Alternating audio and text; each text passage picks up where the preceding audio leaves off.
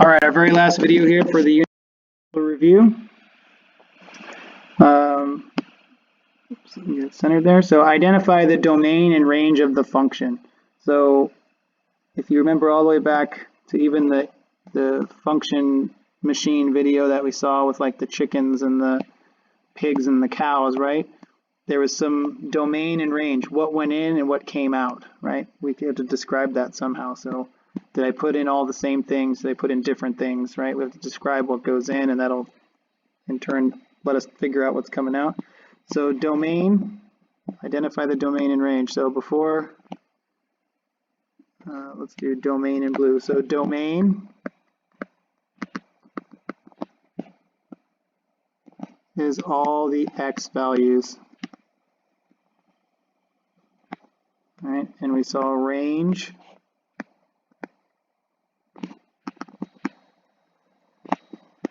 that's all the y values. So just to keep that in mind. So if I go on my graph here, right, it's just asking me how far left does my graph start and how far right does my graph finish. That's what domain is. So my domain, use the letter D, I can see it starts right here and it finishes right here. Right? It doesn't have arrows that say it goes forever. Excuse me. It doesn't have arrows that indicate it goes forever, so it starts there and goes there. So it starts at -1, 2, 3, 4, 5, right? And it goes to 1, 2, 3, 4, 5. So my graph operates between the x values, right?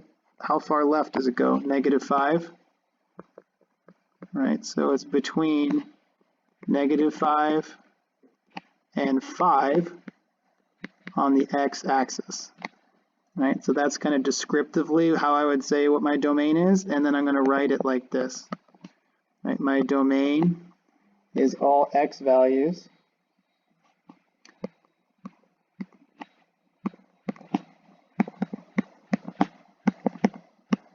right. X is greater than or equal to -5, right? So that just tells me it doesn't go below that, and it's less than or equal to 5.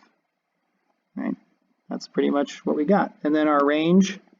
What are the y values? How high does it go and how low does it go? Well, if I see the high point right here, that's where the y is 1, 2, 3. And the low point down here, the y is -3. So for my range,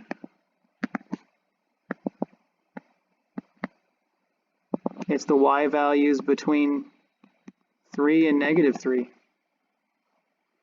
So my range, I'm going to write the same way. I should, if I do it in order. So the y is greater than or equal to -3, and it's less than or equal to 3. So when it asks for my domain or range, these would be my kind of final answers. Identify the domain.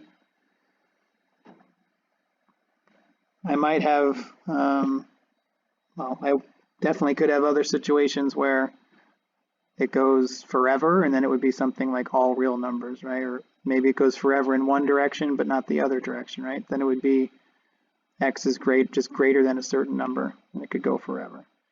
So that's how I figure out my domain and range from a graph. Kind of a add-on question here. It asks me evaluate the function. So remember what that, means for f of 2. So this means